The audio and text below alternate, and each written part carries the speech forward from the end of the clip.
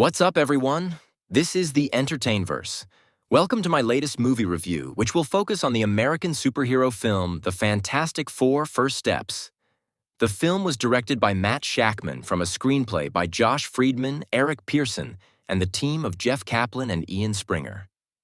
It features an ensemble cast including Pedro Pascal, Vanessa Kirby, Eben Moss-Bachrach, and Joseph Quinn as the titular team, alongside Julia Garner, Sarah Niles, Mark Gatiss, Natasha Lyonne, Paul Walter Hauser, and Ralph Ineson.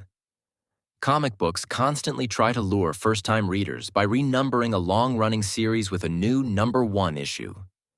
That's essentially what director Matt Shakman and a quartet of screenwriters deliver here.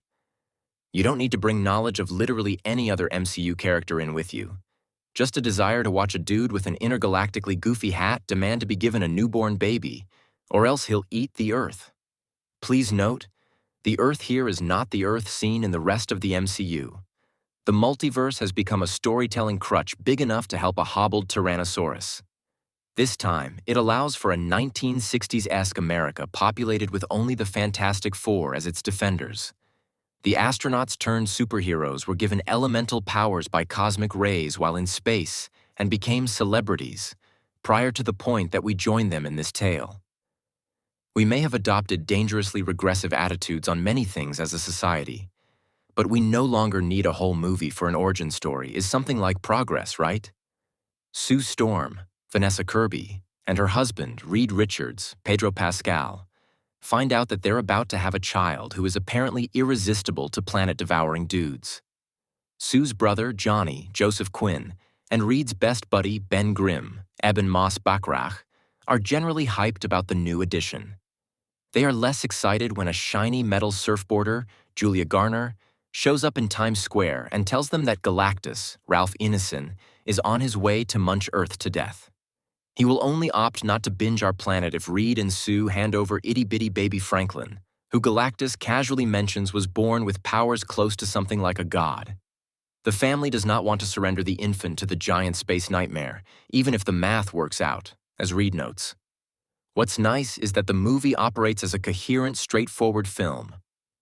That is a low bar to be sure, but Superman couldn't fly over it. Just like the new Man of Steel, the cast is truly terrific here.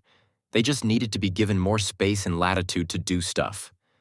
For maybe the first time since the comic book cinematic gold rush began, one of the films should have been longer.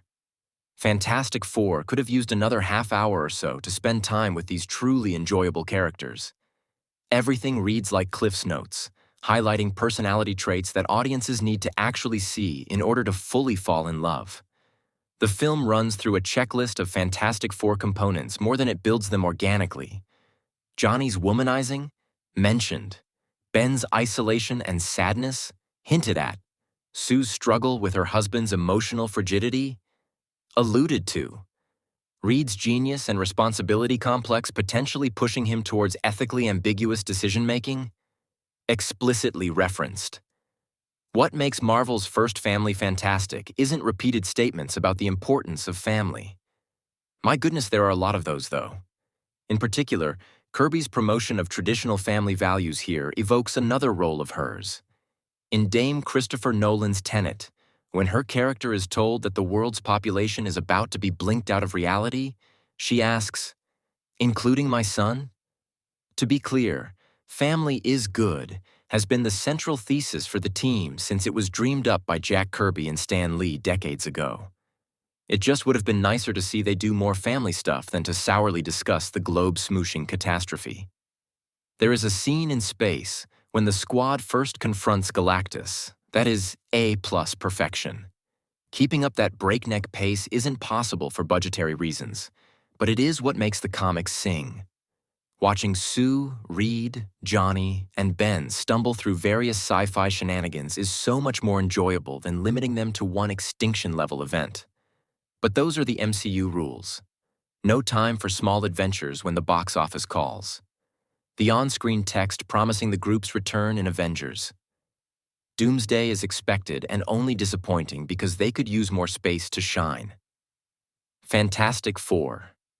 First Steps isn't disappointing so much as contained the potential to be transcendent. I will also probably watch it like 5 to 10 more times. On a scale of 1 through 10, The Fantastic Four, First Steps gets a 9 out of 10. For more future content, hit the subscribe button and thanks for watching.